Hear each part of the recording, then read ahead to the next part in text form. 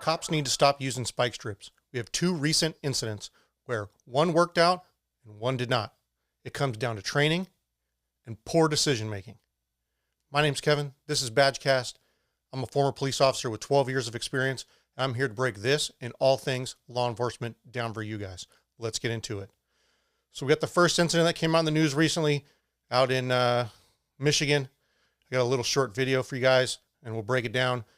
Basically, they had a wrong way driver on the freeway and this sergeant ran up there, and you can see in this little thumbnail right here, he got real close to the side of the road, which is not how the manufacturer of this device, Stop Stick, wants you to be using it. Well, the other incident we're going to talk about later didn't work out, and there's not a lot of details on how that exactly happened, but we have video proof right here of this guy going outside of the manufacturer to deploy a spike strip very, very unsafely. So let's do the video.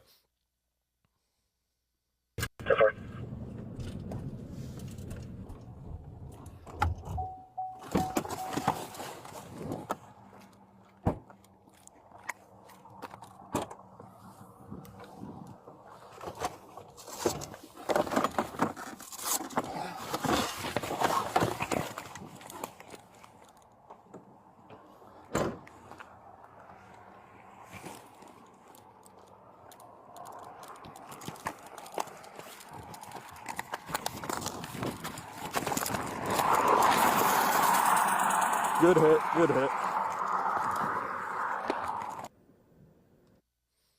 So that is very much not how Stop Stick wants you to use that thing. He is right up on the road. First of all, he's got his lights on. He's in the middle of the freeway, it looks like. Most of you other highway patrol guys out there know and turn all your lights off when you're pulling someone over on the freeway because you don't want to be plowed into the back of because someone's focusing on your lights. Well, he's out there in the middle of the freeway. He gets in the back of the car. He's got 1,005 other things in the back of that trunk.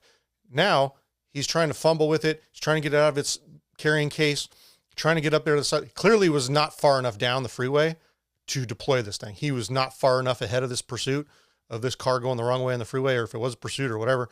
And then he's coming up there flashing his flashlight back and forth. And is he signaling the oncoming vehicle that he's going to be there? Is it to signal the other officers that are behind him? We don't really know. We could have backed the video up. Probably more video, more radio traffic for that. But the bottom line is he just basically chucks it at the car. And that is not how you should be deploying this thing. He's got no cover, no concealment. He's right out there on the edge of the road, which is what happens to the other guy. We don't know because there's not a lot of details out about it. But in this particular incident, this dude got lucky. Lucky that this car didn't just take him out. Could have taken him out. The two incidences are very different. This one is just clearly someone driving the wrong way. Maybe they're drunk. They just got on the freeway the wrong way, whatever. The other incident was a full-blown pursuit with a 17-year-old driving. And it sounds like from that incident that they intentionally targeted the officer and ran him over because he was out visible for them to see him as they approach. So let's see what Kalamazoo County in Michigan, which is not a very big county, by the way. It's like 260,000 people. This is their entire policy manual. That's it. That's all of it. I looked through all these things. Could not find one thing in there about what this whole policy should be, shouldn't be, how much training you're supposed to get, how often you're supposed to get the training, which is the number one problem in law enforcement, is these guys don't have enough training. Not defensive tactics, not pursuit driving, and certainly not the deployment of some spike strip. So let's go over to the Stop Stick website. This is what this sucker looks like. It's in this little padded sleeve over here. And basically it's meant for the car to drive over it. And it's got some spikes inside of it, and it punctures the tires and deflates it more or less like this one. So spike strip down here has a classroom safety training video, which is all of 14 minutes long. And in that video, what is this, half-hour training? We're going to watch this video and go and throw some fake spike strips around the parking lot for an hour. Not enough training. Not enough training. Anyway, let you guys see this. This is going to show you exactly how this needs to be deployed. You're to get ahead of the pursuit. You are to deploy the spike strip all the way across the street, the roadway, wherever it is. You're supposed to stay in some sort of concealment, and then you're supposed to drag it into the path of the car. And then after that car goes by, you drag it some more so that it's now out of the path of the pursuing vehicles. Well, here it is in Visual Learners. Try to deploy stop sticks at the last possible moment so that a suspect has limited ability to avoid striking them by driving the vehicle to either side of the sleeved stop sticks. If deploying near an intersection, position stop sticks just before entering the intersection. So as you can see, that's how they want you to do it. The other problem with this is this is such a, like you saw in the last department in Kalamazoo, they have no policy on it whatsoever. I'm going to show you 3 different places that I found where it has 3 different ways in which they have chosen to deploy spike strips, stop stick in this instance. This first one, Seaside. The use of the spike strip should be approved in advance, yada, yada. Be carefully considering all of the limitations of the device, potential risk to officers, public, and occupants in the pursued vehicle. There's no other requirements for this department. Just make some good decisions. I don't think that dude did in that first video make a very good decision.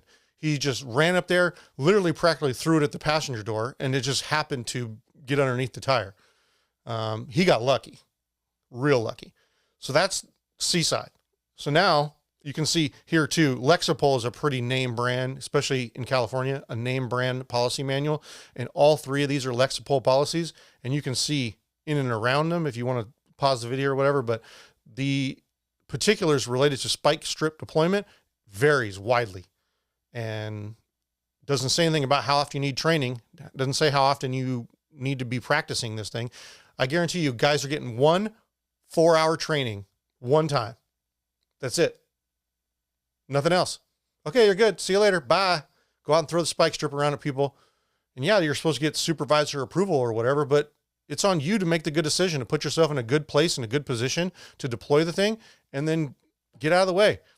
But so this one's a little more detailed. Talks about tire deflation should be used. Officers have received the training, supervisor approval, need to immediately stop the suspect vehicle in a reasonable manner, outraise the risk of injury or death to the occupants, the officer, and the members of the public. Again, you need to make good decisions out there.